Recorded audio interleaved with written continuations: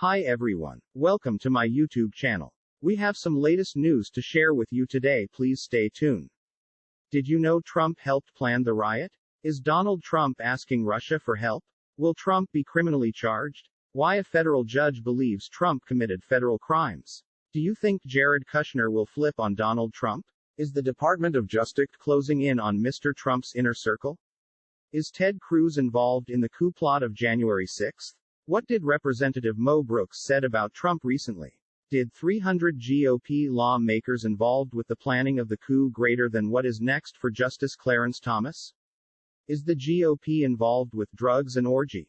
Kyiv has been reclaimed. What happened in the suburbs of Bucha? Now for the details. I'm Eric Dean reporting.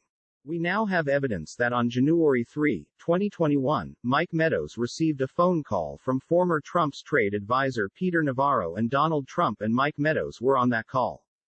They were discussing the plan about the riot that turned into an insurrection on January 6 last year.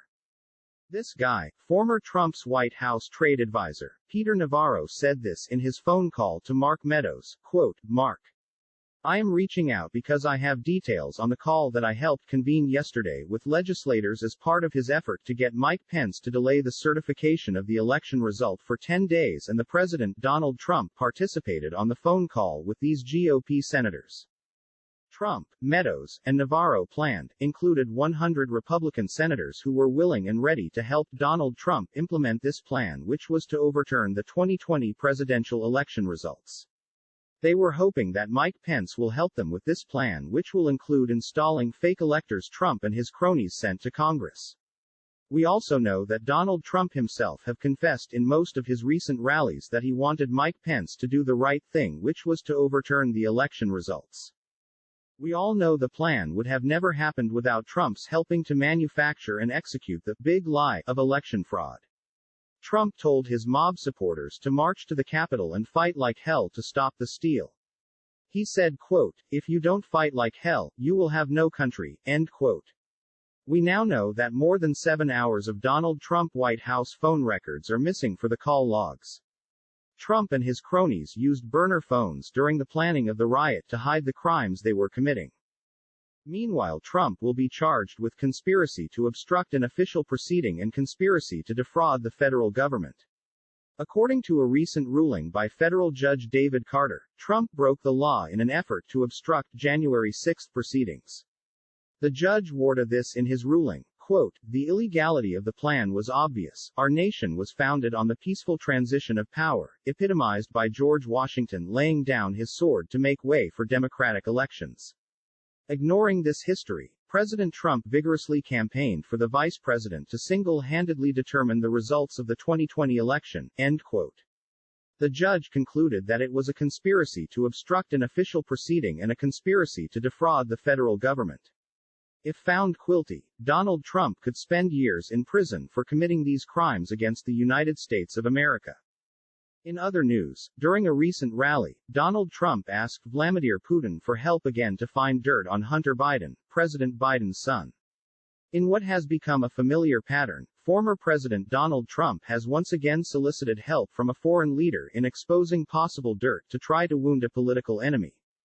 Trump, who was impeached in 2019 for his request to Ukrainian President Volodymyr Zelensky that he do Trump a favor by investigating Joe Biden's son Hunter, told right-wing television host John Solomon in an interview published Tuesday that he wanted Russian President Vladimir Putin to shed light on unverified reports that Biden's son received a $3.5 million wire transfer from Yelena Baturina, the wife of Moscow's former mayor.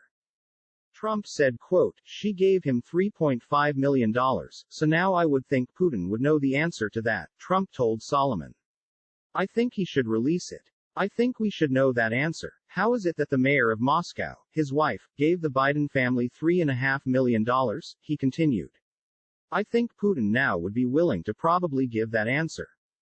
I'm sure he knows," end quote. As Putin committing world crimes in Ukraine, killing innocent people and children, Donald Trump is asking him for help because Trump doesn't care about the Ukrainian people. In a presidential debate with Biden during the 2020 campaign, Trump seized on that claim, which appears in a U.S. Senate Committee on Homeland Security report authored by the then Republican majority but has not been verified. During the debate, Biden said of the $3.5 million wire transfer allegation that it is simply not true.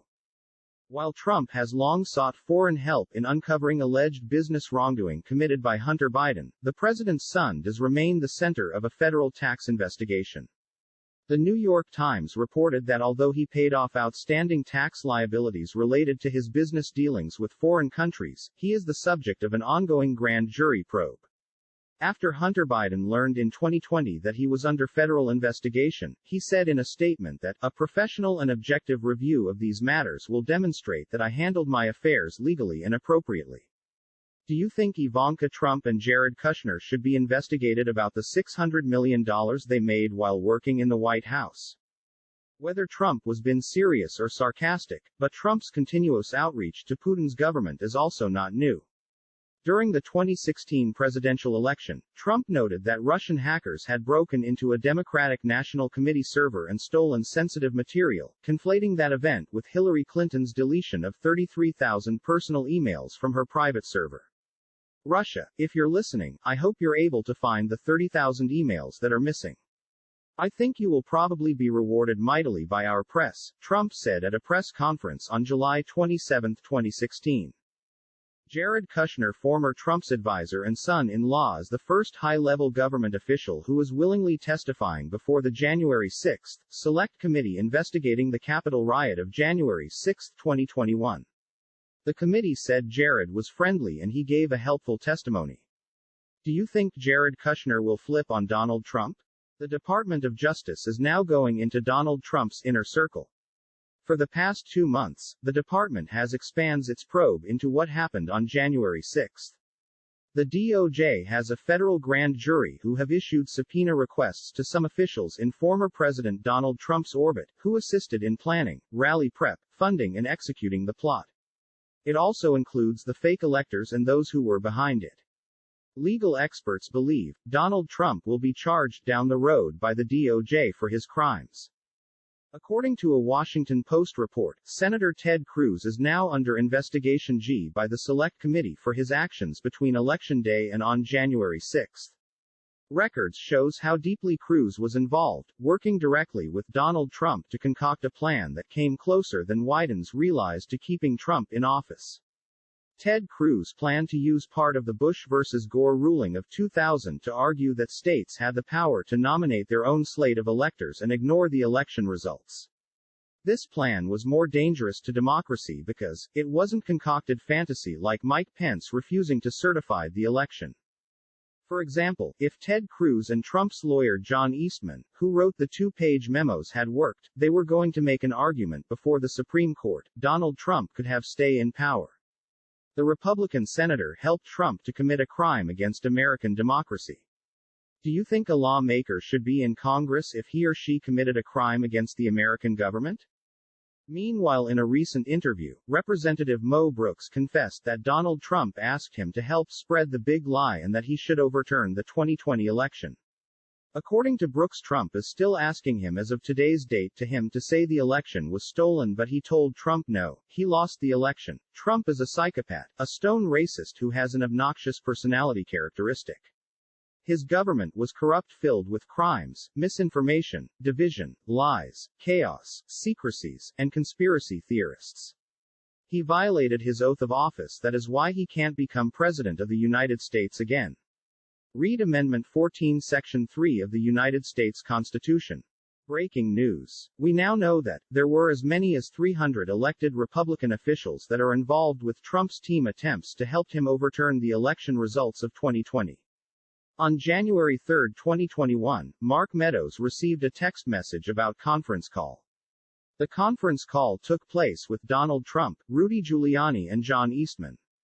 They also had 300 state lawmakers and others who participated in that conference call briefing, to hear how Donald Trump planned to overturn the government with their help. This is a disgrace. You have a political party who is engaging in helping the former president to commit crimes.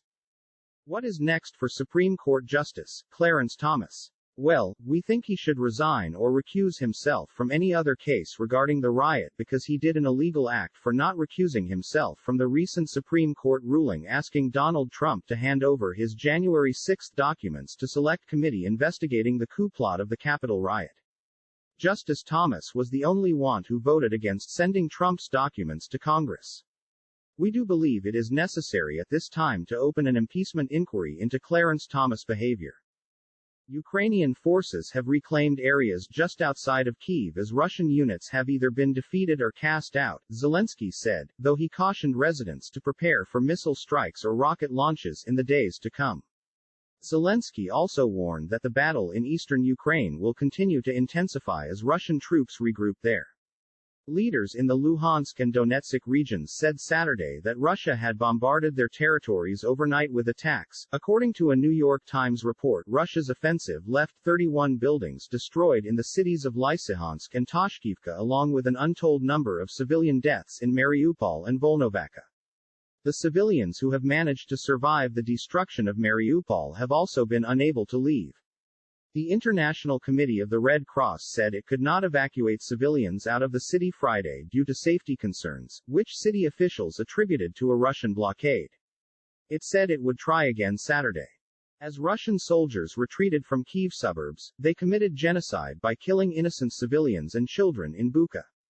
Vladimir Putin is a killer and he must be charged with world crimes. Ukrainians returning to the suburbs of Kyiv as Russian forces pulled out over the weekend found a shocking trail of destruction and death, including slain civilians lying on the streets with their hands bound. Oleksiy Arestovich, an advisor to Ukrainian President Volodymyr Zelensky, said scores of the dead were found on the streets of Bucha, about 35 miles northwest of Kyiv, and the Kyiv suburbs of Irpin and Hostomel in what looked like a scene from a horror movie.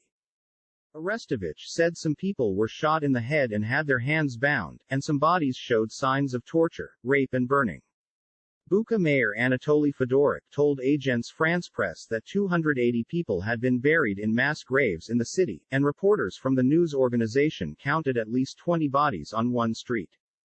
President Zelensky said on Sunday that the deadly attacks on civilians, including evidence of a massacre in Bucha, are more proof that Russia is committing genocide in his country. If you like this video, please subscribe to this channel, hit the like button. Thanks for watching.